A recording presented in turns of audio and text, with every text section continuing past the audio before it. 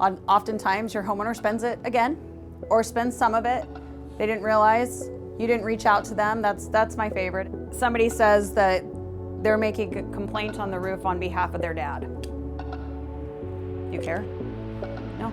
It's if you choose to go with another contractor, if your roof is approved, it's a $350 charge.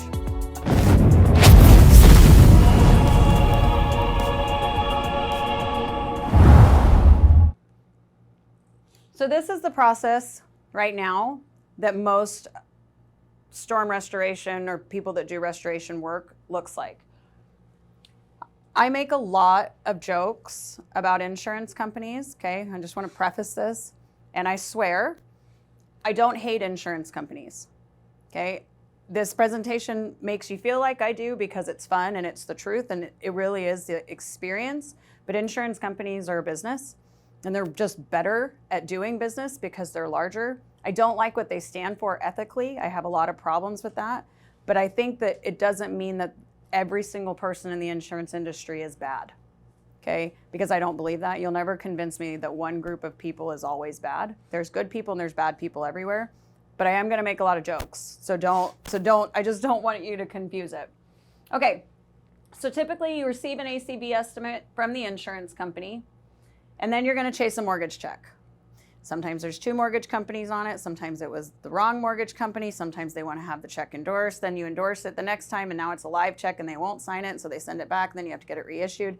And this process alone can take up to 60 days, depending on the check. Gets lost. I mean, I can't even count how many checks have gotten lost. I mean, how do checks get lost? Like I even sent them certified and they're still lost. Like Why is there checks? Well, yeah. It's 2022. Why is there checks? Yeah, that's true. Now, I do understand the need to put mortgage companies, like I understand the logic behind that, right? Because it's to protect and make sure that it's done. I get that. What I don't get is when there's mortgage checks on the end. And I've had that happen. And that was really fun because it's back at this process chasing the money again. Plus, I probably already waited 4 months to get the damn check in the first place. Okay, so then we supplement and argue. We might hire a public adjuster, depending, right? Some people are using supplementing companies. There's lots of different ways that this all goes down, but this all takes time. Then you're gonna settle on a scope. Checks should be released, again, some kind of a check. Probably gonna chase those. Again, your homeowner might get them. You might not even know that the check got released. Your homeowner gets it and spends it. That's always really fun. Again, they're like, well, I didn't know it was your money. I was like, oh yeah, you just thought that the insurance company was just giving you funds for no reason? Oh, well, you didn't call me, right? I mean, how many times does that happen? And then now what do you do? Because your consumer probably doesn't have the money out of pocket or they wouldn't have spent it in the first place. Then you're gonna complete the project. Now you're gonna supplement and argue again. Decking, flashings, stucco you had to cut out, whatever happened during the job that you're trying to, get approved. Then you're gonna send a final invoice. You're gonna call them, make sure they get it. Nobody knows where it went. Nobody knows who your adjuster is anymore. The adjuster's now been assigned to a new project. The adjuster doesn't work there, they're on vacation, but they're gonna figure it out and they're gonna call you back, right? And they don't call you back, but they send the money somewhere. Oftentimes your homeowner spends it again or spends some of it. They didn't realize, you didn't reach out to them. That's my favorite is, well, you didn't call me to collect the money, so I didn't think that I needed to let you know that it got deposited into my account. And then maybe you're gonna send for mortgage checks again. And the whole process, how long does it take? Worst case scenario, best case scenario.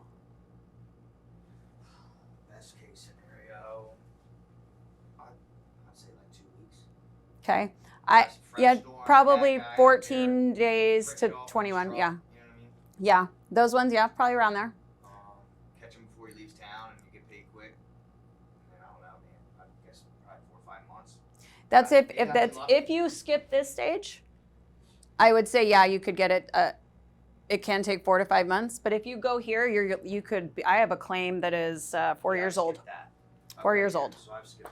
And an appraisal was awarded. And then the insurance company sued the homeowner for inflating the appraisal. crazy, right? A homeowner had nothing to do with the appraisal process, Free money by the and time it was awarded and settled by the umpire, and it's still the homeowner's getting sued. So when you want to talk about time, it can be a significant amount of time. Yeah, I've been lucky, I think, and it's only been 4 or 5 months. So what's the hardest part of the model that we're using right now? Time and money, right? It's the amount of time that it takes and how much money it costs us. And your time is money. So I ask you, when you really look at this, to consider how much extra time we spend sending sales reps out to pick up checks when they could be knocking more doors. What are we compromising when we're doing those things? Or we're following up countless times on emails and phone calls. How much time are we losing in our daily schedule? And if you're an owner, your time is worth between $350 and $1,000 an hour. Your sales reps are probably between $250 and $1,000 an hour, depending on how good a sales reps they are. So really, you're not making money. It's very, very difficult to make money, truly make money in this model. You may feel like you're making money. You may have a gross margin of, in the 40s, and you're really happy with that, but you don't think of everything that you sacrifice in your business when you do things this way. We do not negotiate with insurance companies. The biggest part, there's two big parts, but one of the biggest parts of my model is I do not talk to insurance companies at all, ever. Okay?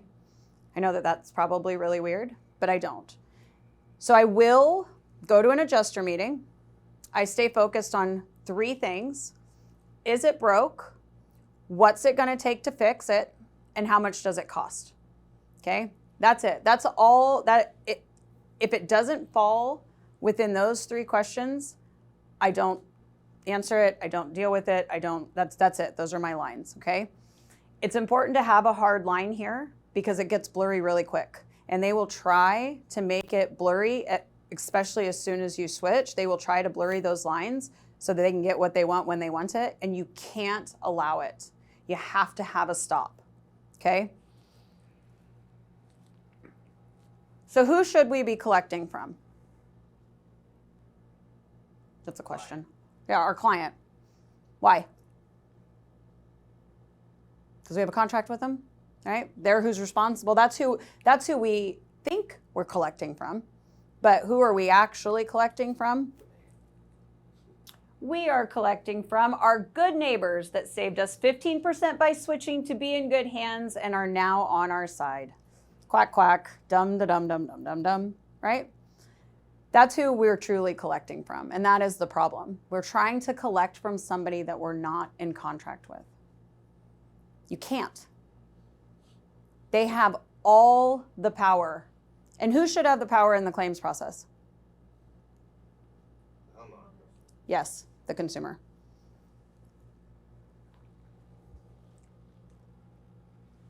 So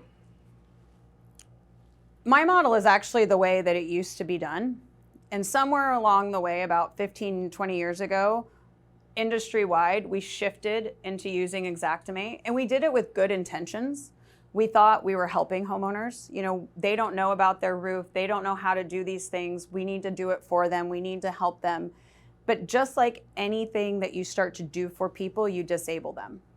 And we've allowed our society to have no education in their homeowners policies or how insurance works. We've allowed them to not have to experience what it's truly like. And that then all of those statements at the bottom, that's why they're believed. Because they don't have any idea what it's like to deal with insurance companies. And I promise you, their experience isn't the same either. When they go to get settled and indemnified on their claim, they don't have the same problems. People have answers for them. They know who the adjuster is. They know how to get in touch with them. For whatever reason with us, they don't. And it's because we don't have a contract. They have no interest in helping us. No interest in supporting us. No interest in paying us. It'd be like if somebody says that they're making a complaint on the roof on behalf of their dad. You care? No. You need to pay me back $2,500 because my dad's not happy with his roof.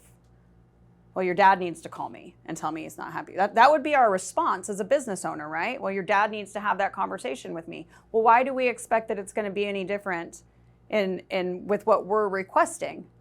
But we do, because we think that this is going to be this copacetic relationship where we're all just going to talk and we're going to work it out and it's going to be perfect and homeowners are going to get paid and we're going to get paid. But in reality, what happens is the consumer calls us and they have a question. Let's say it's, how much longer till we get started? Okay, that's the question. And we think, well, we got a verbal settlement, but I don't have the written settlement back yet. Let me call the insurance company. So we call the insurance company. Oh, I don't know, your adjuster's on vacation. I don't know what's going on. I need to follow up. I sent it to a supervisor. I mean, whatever excuse that they give you that moment, I'll get back to you within the next 2 days. Well, we don't call our customer back because we don't want to tell them we don't have an answer. So we wait. We think, okay, well, they're going to get back to us. I'll call them as soon as I have the answer. Meanwhile, we're dealing with 50 other customers. It's not like this is the only person that this is going on with, right? The insurance company, meanwhile, calls your customer behind your back and not you and says, your contractor's hassling me for more money. Like if you would have just gone with this preferred contractor, you'd be going. This whole process would be done and we'd have your roof on already, but your contractor's complicating everything. So then your consumer calls you back. You realize, crap, I haven't heard back from the insurance company. You don't answer the phone because you recognize the number, but you call the insurance company again. Same thing. Oh, yeah, you told me that last time. I know, I really will. I'll go right now. I'll go walk up to the office and find out what's going on. You're like, okay, I got this. I'll call the customer back. We don't call the customer back. Insurance company calls the customer, and it keeps going. And we lose all trust and credibility. And that's why we get pitted as the bad guy. Because we've lost it. It doesn't really matter at that point what you tell your customer for the entire rest of the process. They don't believe you. You can put on a great roof. They won't refer you. They may not be unhappy to the point that they verbalize that with you, but you can tell. You can tell there's a shift in the relationship. Are we helping them? No, not at all. You think if they went through what we had to go through, do you think roofers would have the reputation that we have? No. There's a reason it gets exploited. You know, there's a reason that it gets so publicized when roofing contractors take advantage of a consumer. I guarantee we are not the only industry that walks away with money. I know we're not, but we're the only ones that really get talked about, right? They are going to continue to do that because we've given them the power and ability to. So when you're looking at this and your sales team tells you, who's going to help the homeowner? Nobody's going to fight for the homeowner. You say, no, we've disabled the homeowner. We're actually doing more for them by teaching them to argue their own policy and understand their own policy than we ever did fighting for them. We made them weak. Made our entire country weak. And I know that seems extreme, but when you really sit and think about it, who can explain to you what their homeowner's policy says? But I guarantee they can tell you more about their auto policy and what they're covered for. They had 7 claims. And they're forced to deal with it on their own. Nobody steps in and does it. Now, some auto shops will file the paperwork for them, but if you get paid, you owe me the money. It's not the same process. And the same thing with medical insurance. They get forced to understand their medical insurance during catastrophic events, right? And the next time they go, they're going to look for something where they understand what their out-of-pocket deductible is and whether it's per person or per family or how it works, right? But we don't do that. And they spend a ton of money on their homeowner's insurance over the course of their life. It is something that they need to understand. So this is my model. It's simple, not nearly as many squares. I do an inspection. We fill out a contractor assistance agreement if it's an insurance job. Okay, a contractor assistance agreement states that I will come out and represent them at their adjuster meeting. Represent's not the right word. Steve Badger would be mad at me, but same thing. He doesn't like it when I use legal language, but I have a tendency to do that. So I will assist them, okay, for their adjuster meeting. But all I'm going to talk about is those 3 questions. Is it broke? What's it going to take to fix it? And how much does it cost? So say the shingle is discontinued. Does that fall inside of those questions? Yes, because I can't fix it without a new shingle, right? What's it going to take to fix it? It's going to take you getting a different shingle on the roof because this shingle is discontinued. That is within our job. If they have code compliance, is that within our job? If your customer has code upgrade, is that within your job scope? Yes. No. Are you gonna leave it off? Are you gonna leave code required items off the roof? No. No. So why do you care what they're covered for? Okay. Now, I'm being extreme. Why do you care? Right? Of course you care. But it is not within those 3 questions. So if you can run everything through that, you'll be safe. If you start to teeter and you start to waver from that, you're blurring lines. We give our estimate and we offer financing. Financing is the second part of this model that's incredibly important, okay? And we'll talk about that when we talk about the loss settlement provision, why financing is so important, but it's critical that the job is paid, okay? I never guarantee to my homeowners that they're gonna get 100% indemnified. Why? Because I have no idea what's in their policy. I don't know if they have ACV or RCV. I don't know if they have code upgrade. And when they ask me, I tell them, I don't know what you're covered for. Well, can't you look? You know what? I am so sorry, but I'm not a licensed adjuster. And unless you live in the state of Illinois, none of you are. Illinois is the only state that allows contractors to be adjusters at the same time, which I think is really weird, but whatever. Nobody asks Jen's permission for things. Isn't that crazy? But I fixate on the fact that I'm not a lawyer. So I would get in trouble for practicing law without a license. And it's the same thing with adjusting. I can't adjust your claim. I can't interpret your policy for you. But what I will do is I will pay for you to talk to a public adjuster. And the public adjuster can answer those questions for you. Now, what I do is I have a relationship with a public adjuster that he does those calls for free because if they have problems, he's going to represent them because he's built a relationship with them. Okay? So it's not an out-of-pocket expense for me, but if I have to pay for it because he's not available or something happens, I will. I will figure out a way to make that work. But that's what I do, okay? And I tell them, here's the questions you want to ask. Whether or not you have an ACV or an RCV.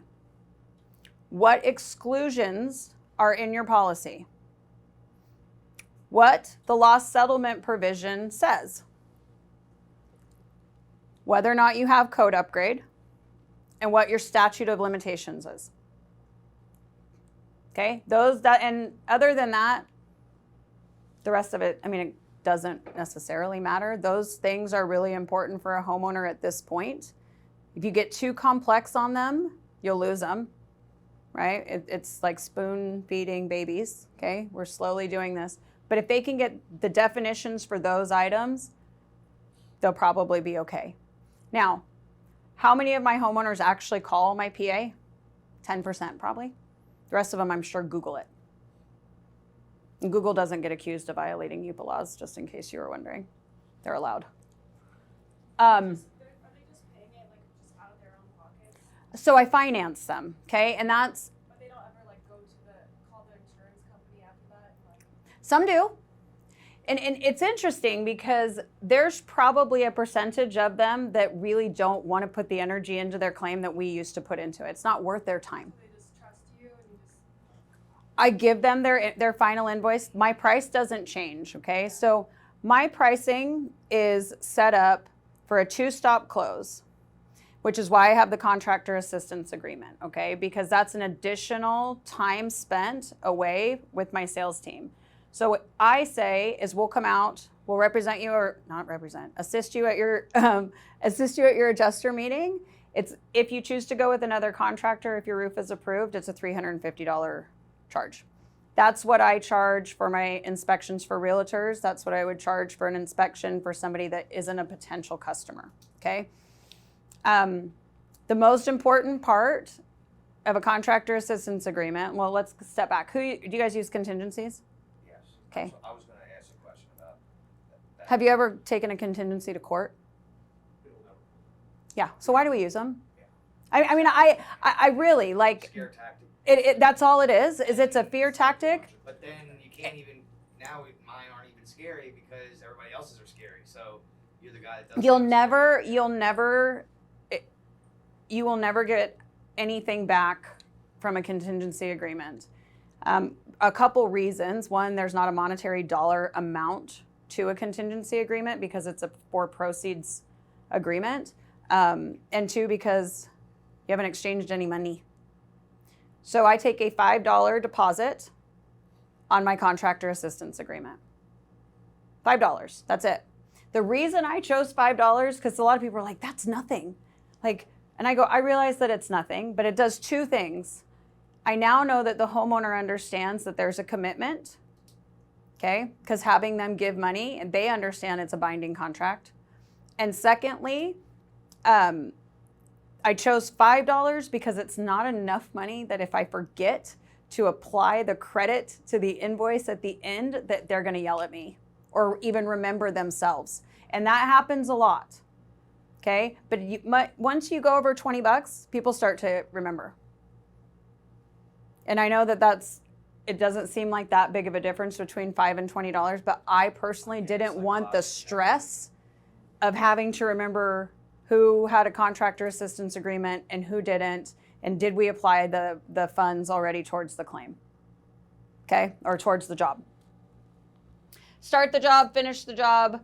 I send the homeowner the final invoice with all the documentation, okay? I still send them codes. I still send them pictures. I still send them manufacturer's specifications. They still get all of that, but it goes to who? The person I'm in contract with, okay? Insurance companies, when you switch, they're going to call you, okay? They're going to tell you need to break down your estimate, because when you see my estimate, it is a paragraph, okay? I think every roofer can agree that there's somewhere between 13 and 15 line items or components that are necessary on every single roof, gable to gable, 612 and below, okay? And I'm very specific on that because if it's a 712, now you got a steep charge, right? Let's see, I'll even go more specific. 1 story, gable to gable, 612 and below, okay? There are components.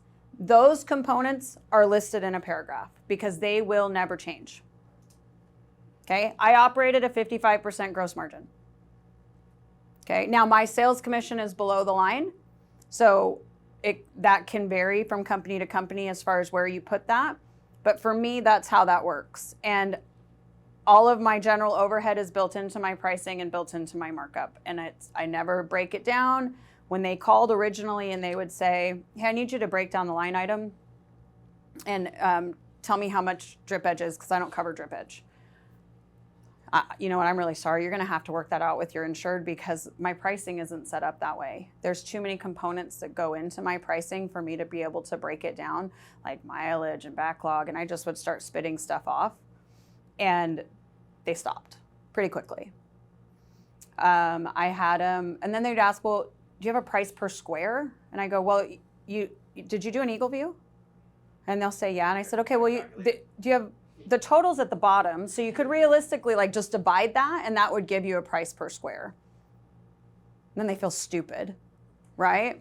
And I'm not trying to make them feel stupid, but I don't want them to call and ask me again either, right? So that's all I do. Now, the loss settlement provision, okay, I am not an attorney and I am not an adjuster. So I just want to make that very, very clear.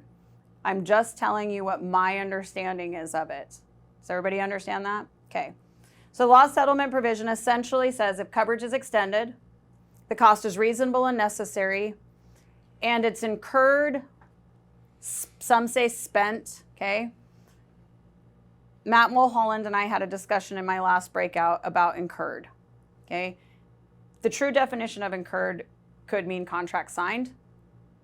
I don't want to get technical. I want it to be spent because spent is definitely incurred and not gray. That's why financing is so important. If it's spent, they have to reimburse. Okay, so reasonable and necessary, incurred/spent. It has to be reimbursed. Now, sometimes I've heard that there's places in the policy that like may say everything has to be agreed upon at the beginning. I've never seen them take that approach because actually insurance companies save money with this model. And if you know, do you guys know who Steve Badger is? I know you do. Does anybody else know who Steve Badger is? Okay, he's one of my closest friends. I'm very transparent about that. I will always be transparent about that. You can love the guy, you can hate the guy. If you're a contractor and you're doing work the right way, you should love him because he goes after the bad guys. He goes after the ones that give us a bad name. But I do understand that he's been demonized by Win the Storm, and he understands that too. He knows that. He plays into it. But he's not who you think he probably is. He's actually a wonderful person who does a lot of philanthropic work, and yeah, he's a good dude.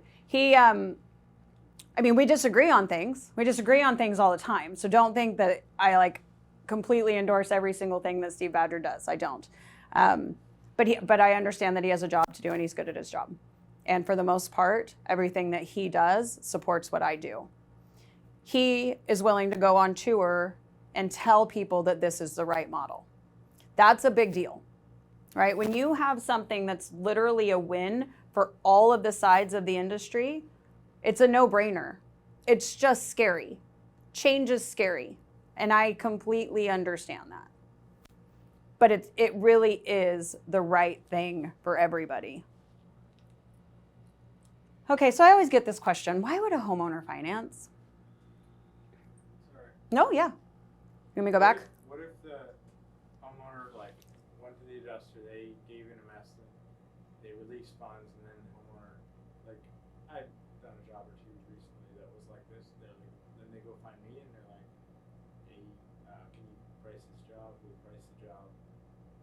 How do you do that if they already had the whole thing? He's asking. Yeah, I know. Yeah, then they at least have a good down payment.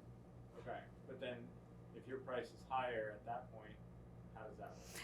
I would have them talk to a PA because you're going to start to talk about coverage, okay? And whether or not their policy says, if they accepted everything up front, that that's an exclusive or a definitive offer. And I don't know. More than likely, it can't be. Why? Because there is always an opportunity for things that you don't know. What if there's a third layer that you didn't know about? So now they don't have to pay for that because they agreed up front? I don't think so. That would not logically be ethical. So my guess is there's stuff in their policy around that. So if you send them to the PA and ask that specific question, you'll have the answer, but don't get involved. Because then you're blurring the line. How do you address that with them? So I would say, hey, I understand. I've heard of this type of a situation happening before, so that insurance companies make us, and I say us as consumers, make us feel like this is all that we have. I'd like you to talk to an adjuster. I just don't understand policy enough, and I don't want to get into it because I really start to worry about my own legal liability here. But I'm going to put you in touch with a public adjuster who can explain that to you. That's all I'd say. Yeah, I was going to say, is it okay to put your adjuster's okay with reaching out to them? Because if you ask them to reach out, if the homeowner's going to make the call, Well, it depends if you're paying for it or not. If the homeowner isn't willing to make a call on their own behalf, how much effort do you need to put into it? They might not be your customer. And that's okay. But you have to look at it. Why would you wait? Why would the public adjuster want to waste their time chasing your homeowner? I'm just thinking if when you run into the scenario where maybe you come across a client that has already spoken to 3 or 4 people, and they got the gist, but they just didn't like their style. So now they already know kind of the spiel. With 3 or 4 people, they all sound very similar. Then I come along. And you're different. I'm different. And I was just going to ask, is it okay if you ever just tell them the truth? I always tell them the truth. That's what I wasn't texting. I was writing down what I'm going to say. I always tell them the truth. And I push. That made you not know. That's exactly what I tell them. You can tell me right now how much your auto, I know what your copay is at the doctor's. You know what your copay is at the mechanic, but you can't tell me what your homeowner. And then I push on the rest of the pain points too. How many roofers go out of business? Haven't you heard about those roofers that steal money? right? I use the things that insurance companies created to use against us in my sales tactics, okay? I create that fear, unfortunately, and then I fix it. I fix it with a solution that is me. You're being a service. Mm-hmm. Yep. So you can give them a sense of security. They can put the money in the bank account if they want to, right? My favorite loan is a 12-month, same as cash, no payments, no interest, that rolls into a 5-year fixed at 6.99%. It's a damn good loan. Sunlight? Yeah, Sunlight has it. Mm-hmm. That's a good one. All right, cool. Yeah. Do you guys go through Sumo Quote? Yeah. Yeah. And then you can give them freedom. They can use the money to get out of debt. They could use it for an investment potential, and it allows their project to be completed quicker.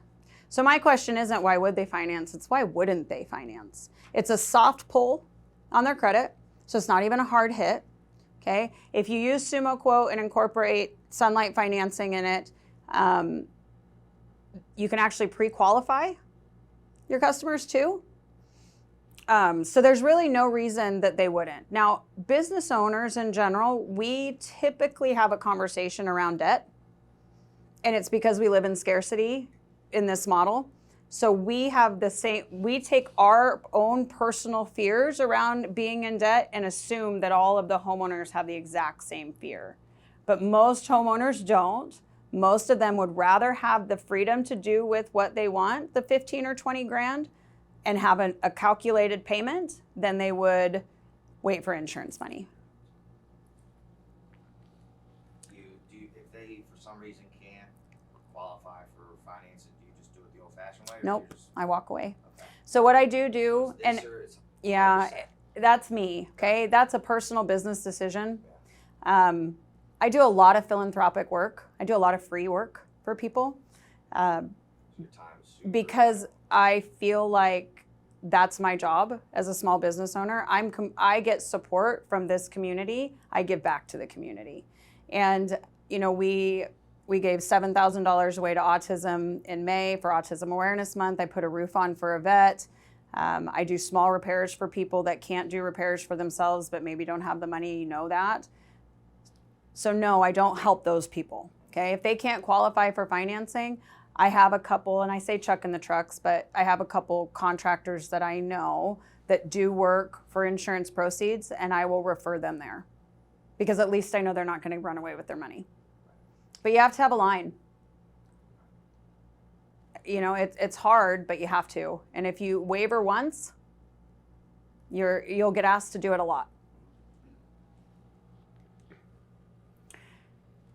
So what does $20,000 in credit card debt actually look like? Here's another huge disservice that we have done to our society, especially our future generations. And when I get rich, someday, I am going to lobby for high school education to be reduced to 2 years of history, because I don't think you need 4 years of history. I think you can get everything that you need in life in 2 years. And then the rest of them can be electives, and there should be 2 years of mandatory life skills classes, including understanding policies, how to apply for a mortgage, understanding jobs, what? Student loans, what that looks like, how to do your taxes. They don't teach you like that, like basic life skills. Yeah, they don't. How to write a check. No, how to file income taxes, you know, like how to change your tire. Like, Literally. yeah, I'm dead serious. Like, that is my biggest goal in life, is to get up there and try to transform the way education is done so that these future generations are not paralyzed. Because be like cosine of a triangle that you're like, what? Yeah, it's a huge problem. It really is a problem. So just know, if you go through the lending, I do make a percentage, just a very small percentage, but that's what you're funding. My ability to have capital so that I can do that, because it's really important to me. Okay. You take $20,000 in credit card debt at 19.99%. You have a minimum payment of 4%, which calculates out to $800 a month. This is my favorite part. For 200 months. 200, you guys. That is 16 years and 8 months. And you're going to pay back a total of $34,119.85 because interest is compounding and people don't know what that means. Or you can give them a $20,000 loan Okay, and I use Interbank because I've been doing this for a while, and Sunlight and I just started partnering together. Yeah. And Sumo Quote. I love Sumo Quote. But if you take $20,000 in how many years? What does that say? 5. 60 months, 5 years. At an interest rate of 6.99%, their monthly payment is $395.93. That is half. And how long is it going to take them to pay it off? 5 years. And there are no prepayment penalties. Why would somebody not finance? Like, really?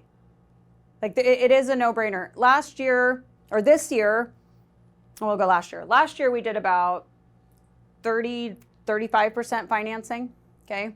This year, we're at 85. You think, who wants to tell me why? Why you think that is? You learn how to present it. What did people do during COVID? They shopped. Why did they shop? Because it felt good.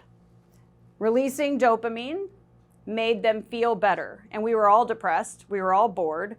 We were all not sure what to do with ourselves. So shopping typically creates endorphins and excitement and releases dopamine, but now everybody's in even more debt than they were before. So this financing is more appealing than it ever has been. But it kind of screwed me because I didn't budget for it. We'll talk about that in a minute. You're going to lose customers. Yes, you are. To Chuck and the Trucks. You're probably going to lose, at first, a lot. You're going to feel really defeated, or you could. It won't take long, though. And then it's about 30%. And it's the same customers that spend the money. It's the same customers that don't fight their insurance claims with you. It's the same customers that give you bad Google reviews. They're all the same people. Or that ask you to commit fraud, or so-and-so's gonna waive my deductible. Where are you gonna waive my deductible? All the same customers that you lose. And frankly, I'm okay with that. I tell customers all the time that I'm not their contractor.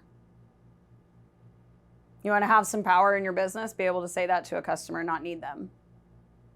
It's because when you get into that scarcity mindset, it's really hard to do that.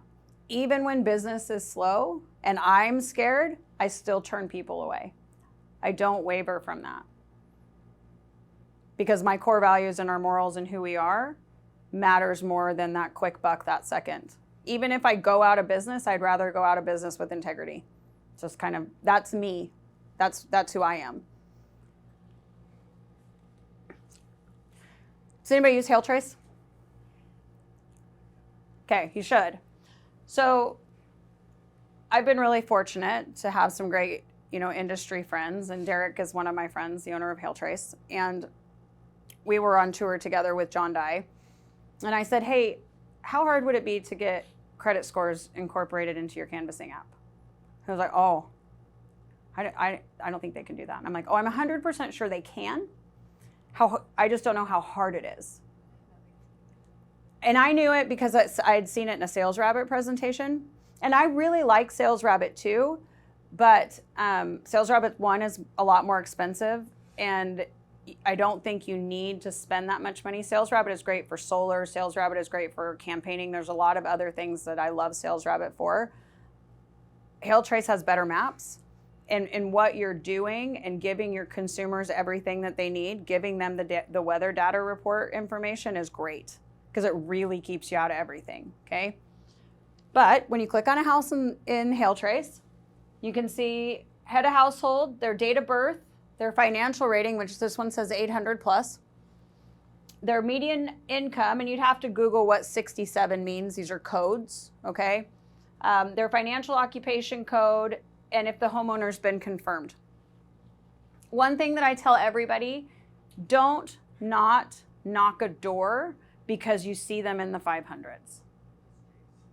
Don't discriminate against people. Don't use this in that manner, okay? Use it to tailor your sales approach. I know if I see somebody and maybe their credit score is a 580, and I've had a 580 credit score before. My ex-husband thought that he was going to screw me and not pay off a debt that he thought was in only my name. and it was in both of our names. So he actually kind of screwed us both, and it was funny. But it hurt my credit, right? So I've been there. Am I a bad person? No. Am I not a trustworthy person? No. Credit doesn't show you that. So don't not knock the door, okay? But if you would have knocked my door, in my head, I would have assumed I didn't qualify, right? So you can go in and have the conversation and say things like, hey, I've been in a position, I'm not sure where you're at credit-wise, but I personally know I've been in a position where I had a lower credit score from a situation, and we have loans that go all the way down to 500. So wherever you are, I can probably still help, okay? That's a very different conversation than what you would say to somebody with an 800 plus credit score, okay? So you walk into a house that you can see has an 800 plus credit score, they have credit card room. I guarantee they have room on credit cards. So now you can say, hey, I know I cannot waive your deductible. I can't do any of that. But if you pay for it on your credit card, you got to have something that has really good points or cash back, right? Oh, yeah. Well, if I put it on this one, I'm going to get 20,000 miles. Or if I put it on this one, I'm going to get 3 times the hotel rewards, right?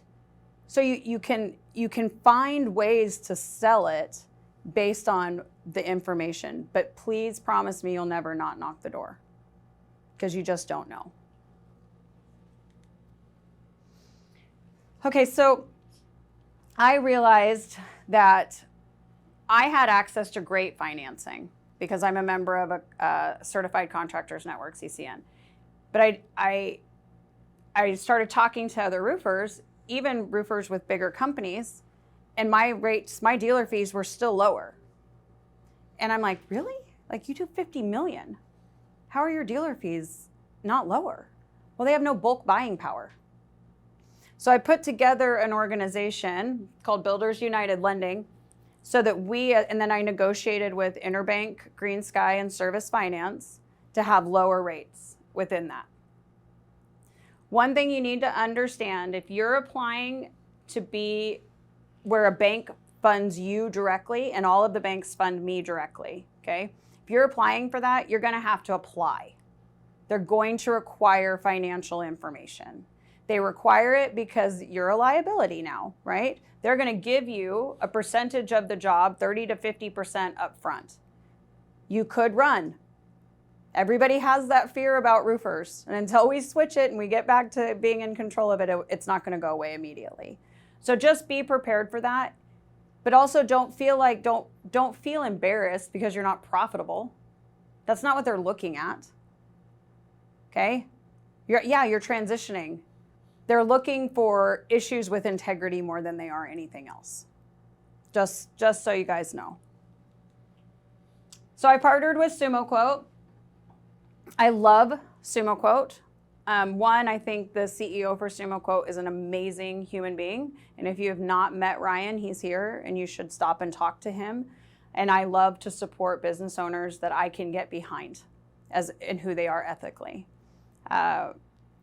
This morning when Marcus was talking about trust and how important trust really is everything.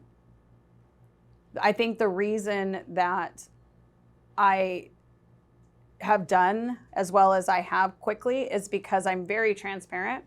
You go on my Facebook, I'm the same person on Facebook that I am standing up here as I am to my kids. Like, there isn't another version of Jen.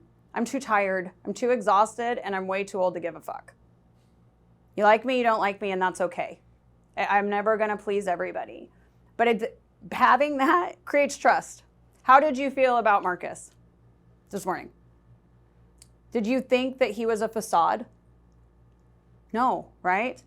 There's been other speakers during this event that I look at them and I'm like, that guy's not real. You know. So be honest. Tell the truth. Be yourself. Social media is a powerful avenue if you're yourself. Okay? No makeup sometimes. Messy hair.